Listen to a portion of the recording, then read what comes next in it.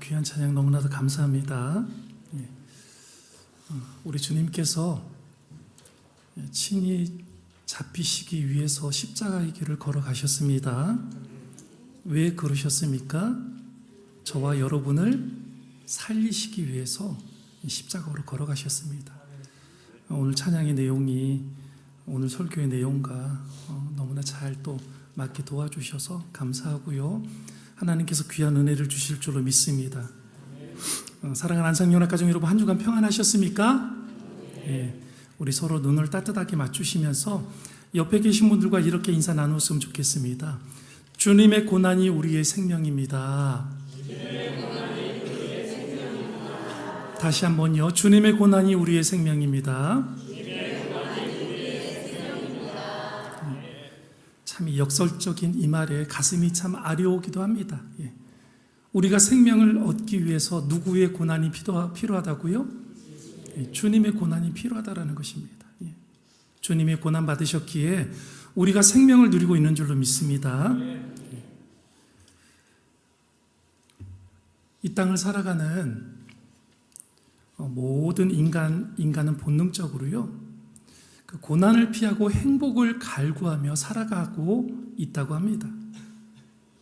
수천만 명의 인파가 겐지스강에 몸을 싣는 인도의 쿰무멜라 축제나 또한 토마스 무어가 꿈꾸었던 유토피아 세상, 동양의 무릉도원 같은 이야기들은 모두 고통 없는 세상을 향한 인간의 처절한 몸부림이 투영된 그런 결과물들이라는 것입니다.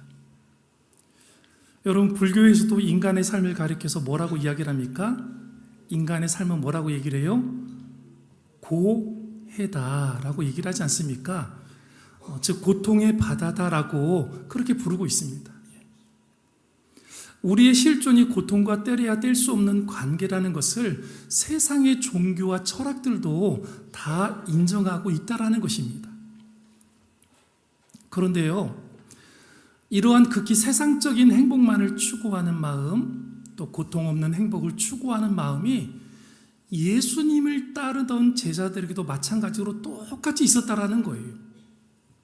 3년 동안 예수님을 따라다녔는데 여전히 변한 게 아무것도 없고, 세상 사람들이 추구하는 어떤 행복이요? 고통이 없는 행복을 추구하고 있다는 거예요. 참 아이러니하잖아요.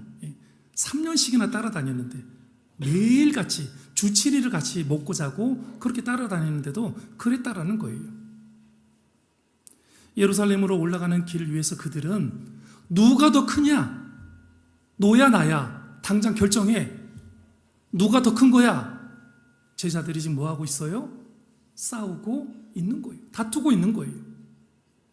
그들의 머릿속에는 피 흘리는 고난의 십자가가 아니라 더 이상 고생하지 않고 떵떵거리며 살 수 있는 왕궁의 보좌만이 그려져 있었던 거예요. 야, 이제 우리가 왕궁에 들어갈 거야. 종려가지를 흔들며 온 유대인들이 거리로 나와서 호산나 호산나를 외치는 그 군중의 함성을 들었을 때 제자들의 그 기대는 정점에 달했을 거예요. 정점에. 야, 드디어 우리 예수님이 왕으로 등극을 하시는구나. 이제 우리 고생 끝? 이제 우리 고생 끝?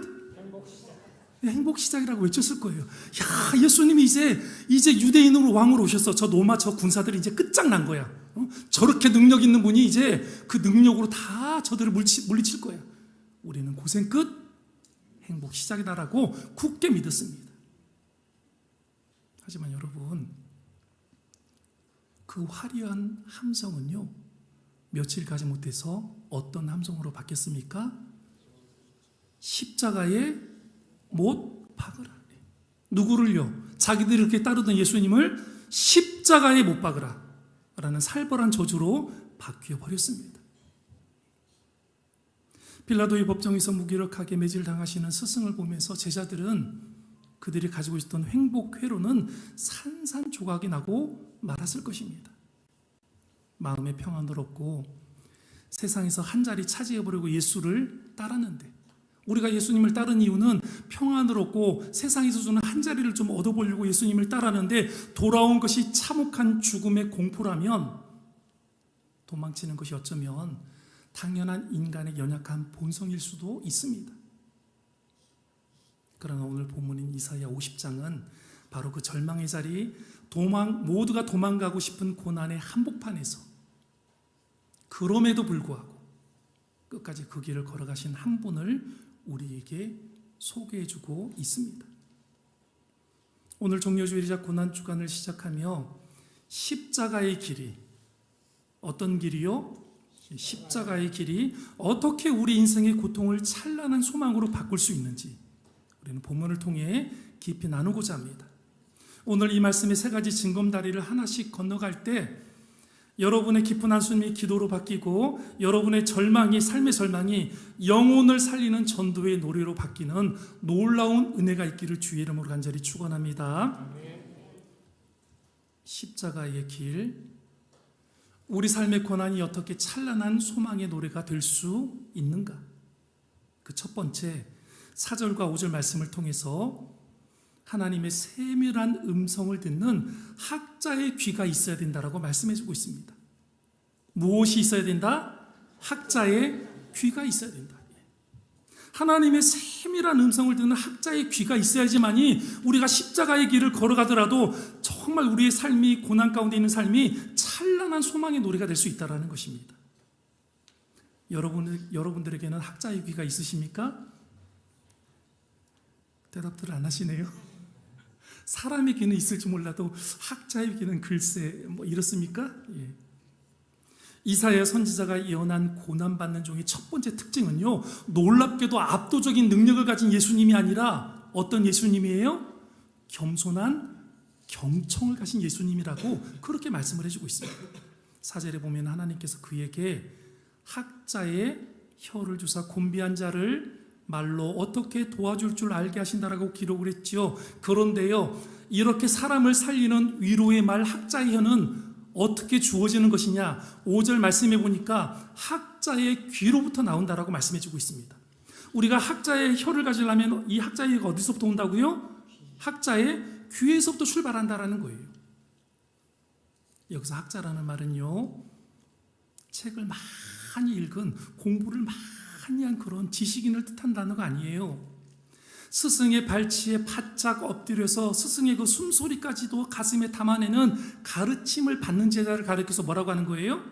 학자라고 얘기를 하는 거예요. 공부를 많이 한 사람이 학자가 아니라 자기 스승이 발치에 앉아서 스승의 숨소리까지도 담아내고 쓰면서 자기 것으로 만드는 겸손한 가르침을 받는 제자가 바로 학자라고 얘기를 하고 있습니다. 그러니 저와 여러분은 학자예요, 학자가 아니에요? 학자예요, 학자가 아니에요?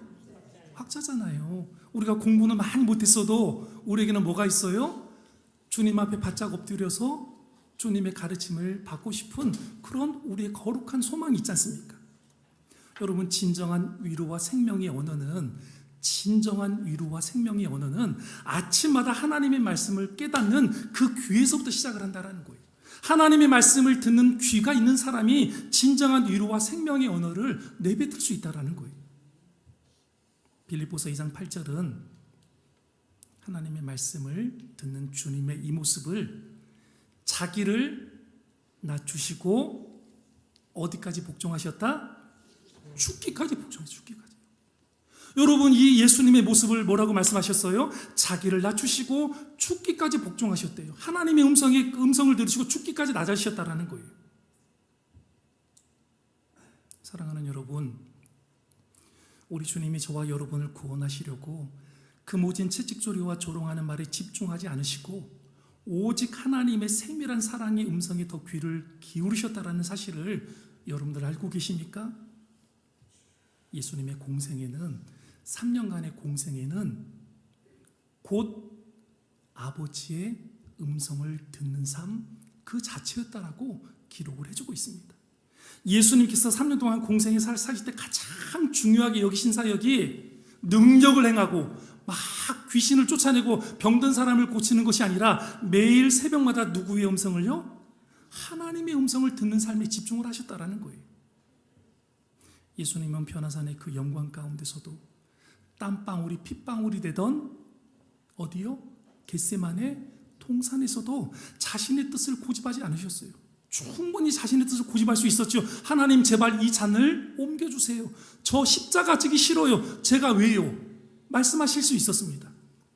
그런데 뭐라고 말씀하셨습니까? 내 원대로 마옵시고 아버지의 원대로 되기를 원하나이다 라면서 예수님은 귀를 활짝 열어서 누구의 뜻을 경청하셨어요? 하나님 아버지의 뜻을 경청하셨어요. 하나님의 음성을 들었기 때문에 그 십자가 길을 걸어갈 수 있었던 거예요. 마태복음 26장에서 예수님을 잡으러 오던 그 사람들을 베드로가 칼을 휘둘러서 어떻게 했습니까? 귀를 잘랐지 않습니까? 그때 주님이 뭐라고 말씀하셨습니까? 한번 같이 읽어볼까요? 내가 내 아버지께 구하여 지금 12군단 더 되는 천사를 보내시게 할 수 없는 줄로 아느냐 라고 말씀을 하셨어요. 여러분 당시에 로마의 한 개 군단이 몇 명입니까? 한 개 군단이 6,000명이었대요. 6,000명.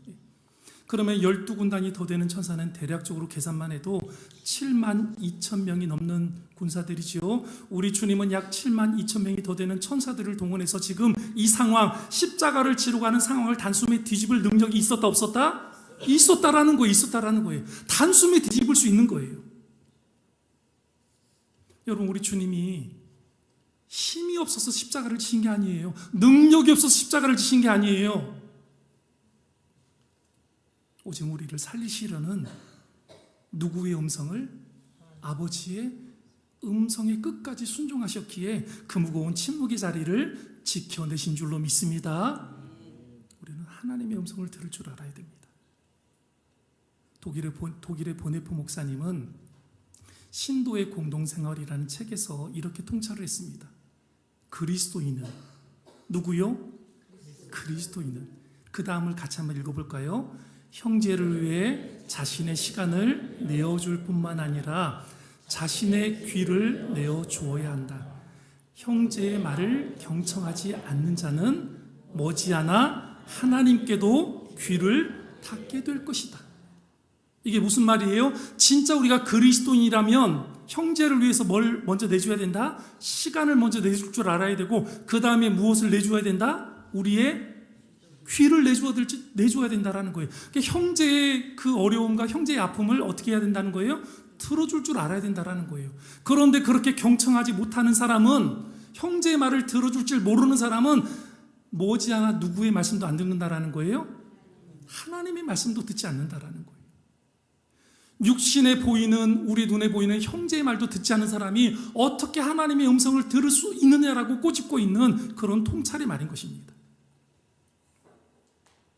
여러분, 예수님께서는 십자가에 달리셨잖아요. 그 아픔 가운데서도 누구의 음성을 들었어요?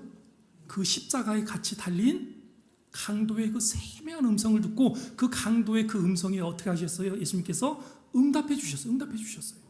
그렇게 고통스러운 자리에서도 늘 듣는 것에 훈련되어 계셨던 예수님이 그 옆에 달린 강도의 그 신음소리를 들으시고 그의 그 기도 소리에 응답을 해주셨다라는 거예요. 하나님의 세밀한 음성을 듣는 학자의 귀를 예수님이 가지셨기 때문에 가능한 일이었던 것입니다. 어떤 여자 성도님이 목사님을 찾아와서 하소연을 했습니다. 목사님, 제 남편은요 도무지 제 말을 안 들어요. 무슨 말을 해도 벽창호 같아요. 도무지 알아먹지를 못해요. 차라리 제가 벽이 되고 이야기를 하는 게 낫겠어요. 그러자 목사님이 껄껄 웃으시면서 대답을 하셨답니다. 집사님, 그래도 벽은 대꾸라도 안 하니 다행입니다. 집사님 성격에 벽이 대꾸까지 하기 시작하면 그때는 정말 집사님 어디를 가셔야 된다고 말씀하실까요? 정신병원에 가셔야 됩니다라고 그렇게 이야기를 해드렸대요. 무슨 말입니까? 벽이 이야기를 할 수 있어요? 없어요? 없잖아요. 그런데 자기가 화가 나서 막 벽에다 대고 얘기를 하는데 벽이 막 응답을 해요. 정신이 제정신이에요? 제정신이 아니에요? 제정신이 아닌 거죠. 제정신이 아닌 거죠. 목사님이 왜 이렇게 말을 했을까요? 끝까지 남편을 설득하고 이해해서 서로 무엇으로 풀으라는 거예요? 말로 풀으라는 거예요. 그리고 제발 당신만 말하지 말고 누구도 말할 기회를 주라는 거예요. 남편도 말할 기회를 주라는 거예요. 좀 노력 좀 하라는 거예요. 우선 넘길 이야기지만 사실 우리도 그렇잖아요. 남의 말을 막 들으면서도 막 듣는 척하면서 막 눈동자가 막 왔다 갔다 해요. 뭐 하고 있어요? 그 사람의 말에 지금 내가 뭘 대답을 해줘야 될지를 지금 마음속으로 뭐 하고 있는 거예요? 막 계산하고 생각하고 있는 거예요. 그냥 순수하게 들어주면 되는데, 그 사람이 아프다고 하는 거, 그 사람이 괴롭다고 하는 거 그냥 들어주면 되는데, 그 말을 들으면서 내가 이 사람한테 무슨 말을 할까 막 계산하고 있는 거예요. 진정한 위로는 내 논리와 정답을 쏟아붓는 것이 아니라 먼저 주님의 세밀한 음성을 듣고 그 마음을 품은 채, 주님의 마음을 품은 채 상대의 아픔 곁에 그냥 머물러 주는 거예요. 머물러 주는 거예요. 같이 있어마줘도 되는 거예요. 손만 잡아줘도 되는 거예요. 아, 그랬구나. 그랬구나. 이 말만 반복해줘도요, 그 사람이 말하면서 어떻게 되는 거예요? 다 치료가 되는 거예요. 되는 거예요. 지금 여러분이 서 계신 여러분의 삶의 자리는 어떠십니까? 거칠게 돌아가는 일터의 기계 소리, 텅 빈 가게를 지키며 내쉬는 깊은 여러분의 한숨 소리, 자녀들의 장래와 재정적인 위기 앞에서 밤잠을 설치는 그 적막한 새벽의 소음들이 우리를 얼마나 지치게 하고 있습니까? 거대한 현실의 벽 앞에서 우리는 자주 하나님의 음성을 듣기보다는 세상의 절망적인 선고를 더 크게 들으려고 한다는 거예요. 하나님의 음성을 들으려고 하는 것이 아니라 그런 어려운 시절에 그냥 세상의 절망적인 소리에 더 귀를 기울이고 있다는 것입니다. 하지만 기억하십시오. 주님은 오늘 이 시간에도 우리의 그 아픈 심장소리, 그 떨리는 심장소리를 가장 가까이에서 귀를 대시고 우리의 소리를 듣고 계신 분이 누구시라고요? 우리 주님이십니다. 고통 속에서도 우리를 결코 포기하지 않으시는 하나님의 사랑을 여러분들도 먼저 듣게 되기를 바라겠습니다. 내가 들은 그 복음의 음성이, 하나님의 생명의 말씀이 나의 고통을 해석하는 빛이 될 때 비로소 나의 아픔은 상처 입은 이웃을 살리고 전도하는 따뜻한 위로의 혀, 학자의 혀가 될 줄로 믿습니다. 먼저 우리가 복음을 들을 줄 알아야 되고요. 하나님의 말씀을 많이 들을 때에 우리의 혀가 어떤 혀로 바뀐다고요? 학자의 혀가 되고 위로의 혀가 될 수 있다는 것입니다. 십자가의 길이 우리 삶의 고난이 어떻게 찬란한 소망의 노래가 될 수 있는가? 그 두 번째 6절과 7절의 말씀을 통해서 십자가를 향한 흔들리지 않는 단호한 결단이 있어야 된다라고 말씀하고 있습니다. 어떤 결단이요? 단호한 결단입니다. 한번 따라 하실까요? 십자가를 향한 단호한 결단이 있어야 한다. 여러분, 십자가를 향해서 우리도 단호한 결단을 할 줄 알아야 돼요. 십자가가 우리의 생명이고 우리가 걸어가야 될 길인데 십자가 앞에서 우리는 머뭇머뭇거려요. 내가 갈 수 있을까? 내가 가야 되는 길인가? 난 저런 거 없이 그냥 행복했으면 좋겠는데. 그러지 마시기 바라겠습니다. 우리에게는 십자가를 향한 단호한 결단이 있어야 됩니다. 6절 말씀을 다 함께 보겠습니다. 6절, 나를 때리는 자들에게 내 등을 맡기며 나의 수염을 뽑는 자들에게 내 뺨을 맡기며. 이 구약의 예언은 마태복음 26장에서 침뱉음을 당하고 주먹으로 맞으면서도 묵묵히 참아내신 예수님의 순환과 정확히 일치를 하고 있는 말씀입니다. 이어서 7절에 아주 중요한 표현이 나오고 있죠. 우리 7절 말씀 같이, 내 얼굴을 부싯돌같이 굳게 하였으므로. 주님이 얼굴을 어떻게 하셨다고요? 부싯돌같이 굳게 하셨다고 합니다. 이는 어떤 수치와 고통이 몰려와도 결코 뒤로 물러서지 않는다? 물러서지 않는다라는 말이에요. 부싯돌처럼 굳게 했다는 것은 절대로 물러서지 않겠다라는 결단인 것입니다. 그 비장한 결단, 단호한 결단이 주님이 하신 결단이라는 거예요. 누가복음 9장 51절에도 예수님은 십자가를 지기 위해서 예루살렘으로 올라가기로 어떻게 하셨다고요? 굳게 결심했다라고 기록을 해주고 있습니다. 내가 십자가를 지기 위해서 예루살렘으로 올라갈 것이다. 예수님은 굳게 결단하셨습니다.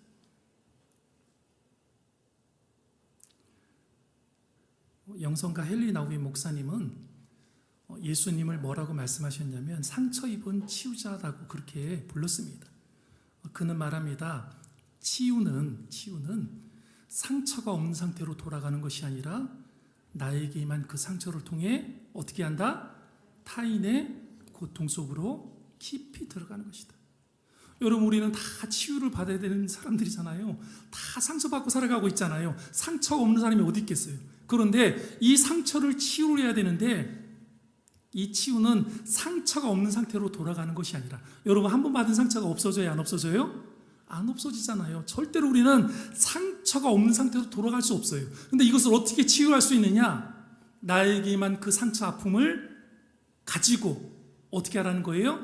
타인의 그 아픔과 고통 속으로 들어가서 함께 나누고 이야기하고 보듬어 줄 때 나의 그 아픔과 상처가 어떻게 된다라는 거예요? 치유가 된다라는 거예요. 치유가 된다라는 거예요. 예수님이 채찍에 등을 맡기신 이유가 무엇입니까? 왜 예수님이 자신의 등을 채찍에 맡기셨을까요? 그 하늘의 아버지가, 예수님이 왜 바로 이 팍팍한 세상에서 보이지 않는 채찍질을 당하며 살아가는 우리 성도님들의, 여러분들의 고달픈 삶 속으로 친히 누가 들어오시기 위해서, 예수님이 들어오시기 위해서 여러분들 그렇게 채찍에 맞으셨다라는 거예요. 사랑하는 여러분, 주님이 살점이 떨어져 나가는 고통 속에서도 눈을 감지 않으신 이유는 그 채찍 자국 하나하나에 바로 여러분의 이름이 새겨지고 있었기 때문입니다. 예수님은 부활하신 후에도 영광스러운 모습으로만 나타나지 않으셨습니다.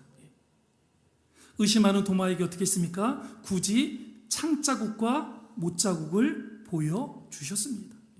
이것은요, 하나님 나라의 가장 영광스러운 자리에서도, 하늘 보좌 우편에서도 내가 너희를 위해 당한 이 고통의 흔적을 영원히 잊지 않겠다라는 가슴 시린 우리를 향한 주님의 사랑 고백인 것입니다.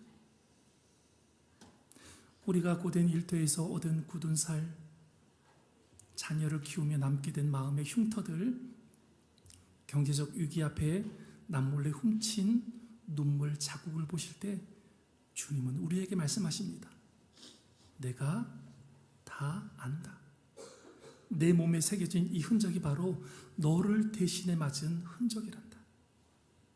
주님이 얼굴을 부싯돌처럼 굳게 하신 것은 저와 여러분을 기필코 살리시겠다라는 하늘아버지의 단호한 사랑의 확증이었습니다.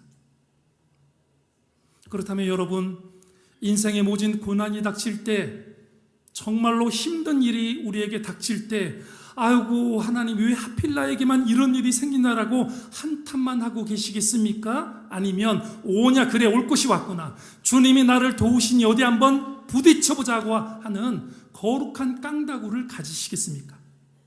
무엇을 가지시겠습니까? 한탄이에요? 거룩한 깡다구예요? 거룩한 깡다구 아니겠습니까? 우리 주먹을 한번 살짝 쥐고 한번 따라해 보실까요? 주님이 도와주시니 한번 해보자. 주님이 도와주시니 한번 해보자. 한 번 더요. 주님이 도와주시니 한번 해보자. 주님이 도와주시니 한번 해보자. 아멘. 네, 여러분, 누가 우리를 도와주신다고요? 주님이 우리를 도와주신대. 주님이요. 그럼 여러분들은 한탄하고 주저앉지 마세요. 그래 올 곳이 왔구나, 주님이 나를 도우시니 어디 한번 부딪혀보자, 이렇게 고백하시고 세상에 당당히 앞서시길 바라겠습니다. 사랑하는 여러분, 부싯돌이 어떻게 해요? 단단해야지 뭐가 튀어요? 부싯돌이 흐물흐물하면 아무리 부싯돌을 찍혀도 불이 붙어요? 안 붙어요? 붙지 않는 거예요. 여러분, 부싯돌이 단단해야 불꽃이 튀는 법입니다. 우리 마음이 말씀 위에 단단히 고정될 때 세상에 가는 고난의 타격은 오히려 우리의 영혼을 깨우게 되고요, 우리에게 복음을 전하게 하는 찬란한 은혜의 불꽃으로 바뀌게 될 줄로 믿습니다. 우리가 어디에 고정될 때? 하나님의 말씀에 고정될 때 모든 것이 은혜의 불꽃으로 바뀌게 되는 거예요. 할렐루야. 십자가의 길이, 우리 삶의 고난이 어떻게 찬란한 소망의 노래가 될 수 있는가? 그 세 번째 8절에서 9절 말씀을 통해서 나를 도우시는 하나님을 향한 절대적인 신뢰가 필요하다라고 말씀하십니다. 무엇이 필요하다? 절대적인 신뢰. 그냥 신뢰가 아니라 어떤 신뢰예요? 절대적인 신뢰예요. 어떤 신뢰? 그 앞에 나를 도우시는, 나를 도우시는 하나님에 대한 절대적인 신뢰가 있어야지만이 우리의 십자가 길이, 우리의 삶의 고난이 찬란한 소망의 노래로 바뀔 수 있다는 것입니다. 고난받는 종이 그 끔찍한 십자가 시간을 끝까지 견딜 수 있었던 가장 강력한 근거는 예수님의 의지력이 아니라 하나님의 도우심 때문이었습니다. 8절 말씀을 보겠습니다. 같이요. 나를 의롭다 하시는 이가 가까이 계시니 나와 다툴 자가 누구냐? 나와 다툴 자가 누구냐? 이 구절은 법정에서 쓰이는 용어잖아요. 누가 나하고 다투겠어요 하고 법정에서 쓰는 용어예요. 세상의 권력자인 빌라도는 예수님을 향해서 유죄라고 판결을 하고 십자가형을 선고했습니다. 하지만 온 우주의 최고 재판장이신 하나님 아버지는 주님을 의롭다라고 무죄 판결을 내리셨습니다. 그 결과가 무엇입니까? 빌립보서 2장 9절의 말씀입니다. 이러므로 하나님이 그를 지극히 높여 모든 이름 위에 뛰어난 이름을 주사. 하나님께서 무죄 판결을 내리시니까 예수님의 이름이 어떻게 되었다고요? 모든 이름 위에 뛰어난 이름이 되신 거예요. 세상에서의 사형 선고를 하나님의 부활 선고가 완전히 뒤집어 버린 것입니다. 20세기 최고의 신학자 칼바르트 목사님은 이렇게 말했습니다. 하나님은 인간의 안위호 속에서도 자신의 예를 끝까지 관찰하시는 분이시다. 세상이 여러분을 향해서 가난하다고 실패자라고 너는 이제 끝났다라고 손가락질을 할지라도 하나님께서 아니야, 너는 내 사랑하는 자녀야. 뭐라고요? 너는 내 사랑하는 자녀라고 하나님께서 우리를 부르시면 그것으로 모든 상황이 끝나게 되는 줄로 믿습니다. 그 누가 이 하나님의 사랑의 선포에 이 일을 달 수 있는 사람이 누가 있겠어요? 누가 이 일을 달 수 있겠어요? 저와 여러분은 누구다? 하나님께 사랑받는 자녀다. 어느 시골 사시는 할머니가 서울 사는 손주를 보고 싶어서 그 손주 집에 가려고 난생 처음 기차를 타셨대요. 그런데 자리에 앉으신 후에도 그 커다란 보찜을, 자기 몸보다 더 큰 커다란 보찜을 어디에 이고요? 머리에 이고 끙끙거리면서 그냥 앉아서 가시더래요. 그래서 지나가시던 승무원이 아이고 할머니 무거우신데 머리에 있는 짐 좀 제발 바닥에 내려놓으세요. 그렇게 이야기를 했더니 할머니가 정색을 하면서 이러셨답니다. 뭐라고 얘기를 하셨을까요? 아이고 이 무거운 내 몸뚱이 하나 기차에 태워준 것도 너무나도 감사하고 황송해 죽겠는데 염치 없이 이심까지 어떻게 기차에다 맡겨. 내가 끝까지 갈 때까지 이고 갈 테니까 내 걱정 마셔 라고 하는 그 할머니가 얘기를 하셨대요. 그냥 내려놓고 기차에 맡기면 알아서 가는데 안 내려놓는 거예요. 혹시 여러분 이것이 저와 여러분의 모습은 아닙니까? 하나님께 내 영혼과 우리의 영원한 삶을 맡겼다라고 고백하면서도 정작 오늘 우리는 당장 먹고 사는 고민들, 내 자녀의 문제들, 내 건강의 보따리는 여전히 누구 머리에 이고 있는 거예요? 내 머리에 이고 있는 거예요. 하나님께 모든 것을 맡겼다고 하면서도 그냥 내 삶에 있는 모든 고민들은 절대로 내려놔요? 안 내려놔요? 안 내려놓는 거예요. 그러니까 내 머리에 다 이거 그냥 끙끙 앓고 있는 거예요. 그냥 밤새 내로 고민하는 거예요. 기도하지 않는 거예요. 하나님의 음성 듣지 않는 거예요. 나 혼자 고민하고 있는 거예요. 오늘 보면 9절 말씀이 담대한 선포를 하고 있습니다. 9절 말씀 함께 보실까요? 보라, 주 여호와께서 나를 도우시리니 나를 정죄할 자가 누구냐? 아멘. 누가 나를 도우신다고요? 주 여호와께서. 사랑하는 여러분, 머리에 이고 있는 짐을 제발 좀 내려놓으시길 바라겠습니다. 어디 앞에 내려놓으시라고요? 십자가 앞에 제발 좀 내려놓으셨으면 좋겠습니다. 지금 여러분의 삶이 조금 초라해 보이고 세상에서 무시당하는 것 같아도 절대로 기죽지 마시길 바라겠습니다. 나를 돕는 분이 누구라고요? 만군의 주 여호와예요. 만군의 주 여호와가 누구를 돕고 있어요? 나를 돕고 있는 거예요. 우리 한번 따라 하실까요? 나를 도우시는 이가 만군의 여호와이시다. 아멘. 여러분, 나를 도우시는 이가 누구라고요? 만군의 여호와가 나를 돕고 계시는 거예요. 주님이 돕는 인생은 결코 망하지 않습니다. 절대 망하지 않습니다. 주님을 신뢰하는 그 절대적인 믿음이 우리를 살릴 줄로 믿습니다. 그 구원의 기쁨이, 우리의 변화된 삶이 우리 주변까지 흘러 넘치게 될 때 아직 주님을 모르는 이웃들에게 전해지는 생명의 복음이 될 줄로 믿습니다. 우리는 기뻐해야 됩니다. 우리는 변화된 삶을 살아야 됩니다. 그것이 바로 생명을 살리는 길이 되는 것입니다. 사랑하는 안산영락 가족 여러분, 말씀을 맺겠습니다. 오늘 우리는 종려가지를 흔들며 입성하신 예수님의 그 화려함 뒤에 가려진 무겁고 처절한 십자가의 그림자를 보았습니다. 예수님은 그 호산나 호산나 그 환영을 받으면서 들어가실 때 예수님의 마음속에는 무엇이 그려져 있었어요? 이제 곧 십자가가 내 앞에 펼쳐지겠구나. 그 예수님의 그 복잡한 심정을 누가 알겠습니까? 누가? 아무도 모르는 거예요. 백성들은 그냥 우리의 왕이시다, 이제 우리가 이제 해방되었다, 우리는 잘 살게 될 것이다 라고 호산나 외치는데 예수님의 그 마음속에는요 십자가의 그림자가 있었다라는 것입니다. 그 못난 제자들은 고난과 죽음의 공포를 피해서 행복을 찾아서 어떻게 됐습니까? 뿔뿔이 흩어졌습니다. 다 도망갔습니다.